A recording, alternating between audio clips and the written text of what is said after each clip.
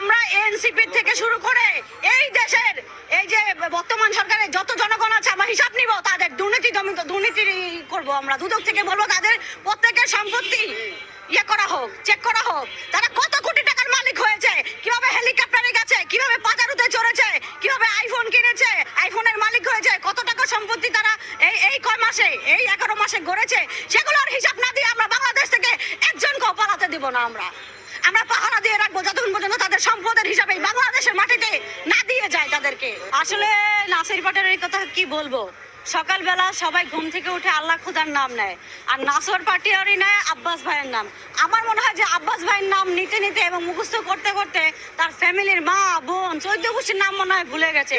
এ মনে হয় সকালবেলা উঠে আর মালা জপে যে মির্জা আব্বাস, মির্জা আব্বাস, মির্জা আব্বাস। আর এই নাসির পাটোয়ারি আমার মনে হয় যে এটা গাঞ্জাখোর।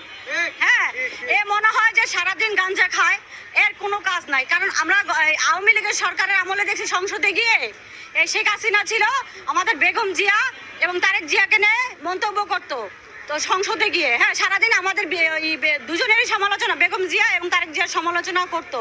তো সেরকমই দেখি নাসির পাটোয়ারি নিজের কাজ রেখে সারাদিন মির্জা আব্বাস, মির্জা আব্বাস, মির্জা